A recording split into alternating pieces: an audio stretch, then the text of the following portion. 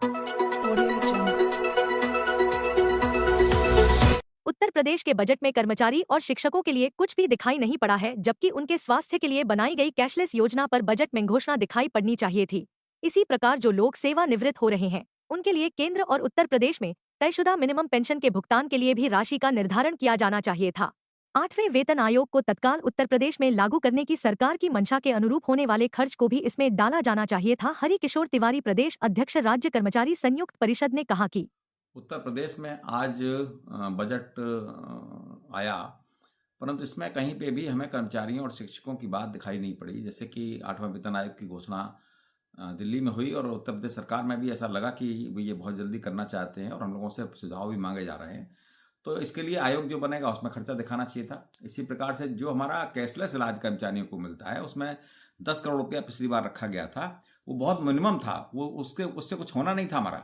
जबकि 76 करोड़ रुपया तो तब रखा गया था जब 2016 में बना था, और वो भी इनिशियली रखा गया था, इसमें खर्च के लिए नहीं रखा गया था।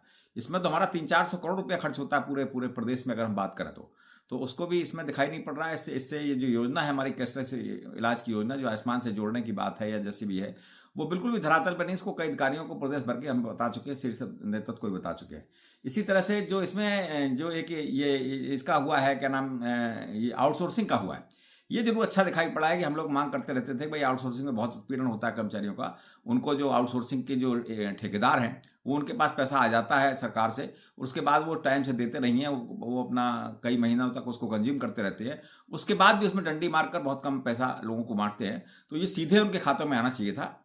जो कंट्रैक्टर प्रॉफिट उनका है वो और जीएसटी वगैरह उनके उनके खाते में चली जानी चाहिए थी। शायद ऐसा मुख्यमंत्री जी ने इस बार घोषणा की है, तो ये एक अच्छा कदम है। इससे कम से कम कुछ उत्पीड़न, कुछ हद तक उत्पीड़न उनका रुक जाएगा। इसी प्रकार से जो पुरानी पेंशन या नई पेंशन या इसके बीच का रास्ता, जो लोग रिटायर हो रहे हैं हमारे, उन पर जो केंद्र सरकार में तय हुआ है, जो स्टेट गवर्नमेंट में तय हुआ है, उनके बीच का रास्ता निकालकर उसका भी फंडिंग हमें करनी चाहिए थी, जिसमें हमारा पैसा बहुत खर्च होगा सरकार का।